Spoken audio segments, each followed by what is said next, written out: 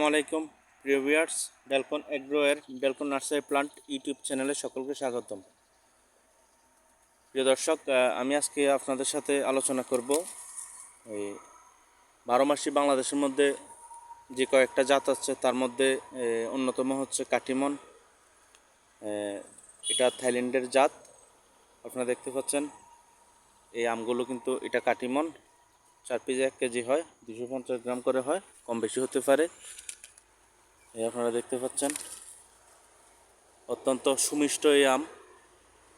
এটা কিন্তু আমাদের একটা হাফ ড্রামে রোপণ করা গাছ। আমি যদি দেখাই, এ হচ্ছে হাফ ড্রাম, এই চারা গাছ। আলহামদুলিল্লাহ এটাতে এখন পর্যন্ত ভালো ফলন আছে, যদিও এই বছর বেশি তাপমাত্রার কারণে আমের ফলন ওই রকম ভালো হয় নাই আমাদের এই অঞ্চলে। তারপরে আলহামদুলিল্লাহ মোটামুটি আমাদের এই চারাগুলোতে ভালো আম আছে। যদি ভিতরে দেখাই, মোটামুটি 30-40 পিসের মতো আছে এটাতে এখনও। প্রিয় দর্শক, আমরা যদি বাড়ি 11-র সাথে যদি এই পার্থক্য চিন্তা করি, তাহলে আমার কাছে মনে হয় একজন নার্সারির পরিচালক হিসাবে আমি বলতে পারি বাংলাদেশের যে 2-3টা 12 মাসি জাত আছে এর মধ্যে থেকে বেটার হচ্ছে আমাদের এই কাটিমন। এই থাইল্যান্ডের এই জাত, আমের জাত অত্যন্ত ভালো আর প্রচুর পরিমাণ মিষ্টি, যেটাতে টিএসএস, যেটা মিষ্টতা পরিমাপের যন্ত্র টিএসএস, আর এতে কাটিমন 24.1 পর্যন্ত আছে কাটিমনের মিষ্টতা। যদিও অনেকে আম্রফালির কাছাকাছি বা আম্রফালি থেকে কম বেশি বলে থাকে। তাহলে প্রিয় দর্শক, এটাতে সিজনে, যেমন এটা কিন্তু সিজনাল আম, এখন সিজনে আছে, আমের সিজন। আর কিছুদিন পরে এই আমটা যখন আমরা হারভেস্ট করব, হারভেস্ট করার পরে আবার নতুন করে মুকুল আসবে।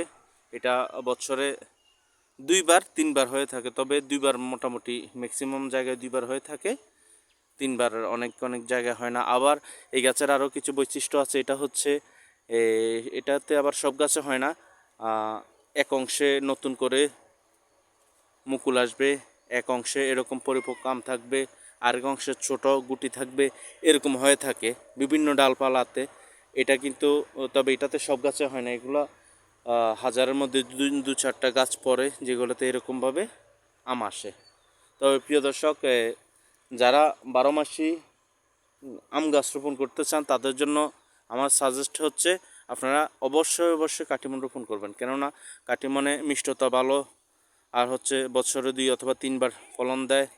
3 নাম্বার হচ্ছে এর যে আটি, সেটা কিন্তু অত্যন্ত পাতলা, একদম পাতলা। আর হচ্ছে এটাতে আপনি অনেক দিন রেখে খেতে পারবেন। এই আম কিন্তু আপনার আমরা সাধারণভাবে যেরকম নরম আম খাই, এটা কিন্তু এরকম নরম হয় না, এটার মাংস একটু শক্ত থাকে, যার কারণে এটা অনেক দিন পর্যন্ত আপনি রেখে খেতে পারবেন। যত দিন রাখবেন তত মিষ্টতা বাড়বে। এটা টিএসএসে পরীক্ষা করা, যতক্ষণ আপনি গাছ থেকে হারভেস্ট করার পরে যতক্ষণ পর্যন্ত ঘরে রাখবেন, মানে নষ্ট হওয়ার আগ পর্যন্ত, এটা আপনি ভালোভাবে খেতে পারবেন। আর মিষ্টতা যত রাখবেন তত মিষ্টতা বাড়বে। প্রিয় দর্শক, আমাদের ডেলকন নার্সারি প্লান্টে ছোট বড় অথবা এরকম অনেক ধরনের আম গাছ আছে। কাটিমন অনেকগুলো বস্তার মধ্যে সেট করা কিছু গাছ আছে, আপনারা চাইলে আমসহ নিতে পারবেন। এছাড়াও যে কোনো ফুল, ফল এবং ঔষধি গাছের চারা, ঔষধি গাছের চারা, বিশেষ করে রাসায়নিক সারমুক্ত যেসব চারা অথেন্টিক, সেটা নিতে হলে অবশ্যই আমাদের ডেলকন নার্সারি প্ল্যান্টে চলে আসবেন এবং আমাদের ইউটিউব চ্যানেলে ভিডিও ডেসক্রিপশনে দেওয়া নাম্বারে যোগাযোগ করবেন, অথবা আমাদের দেওয়া ঠিকানায় চলে আসবেন আমাদের নার্সারি ভিজিটের জন্য। প্রিয় দর্শক, আবার নতুন কোনো ভিডিও নিয়ে আপনাদের সাথে কথা বলবো। আজকের মতো এই পর্যন্তই। সবাই অনেক অনেক ভালো থাকবেন। আল্লাহ হাফেজ।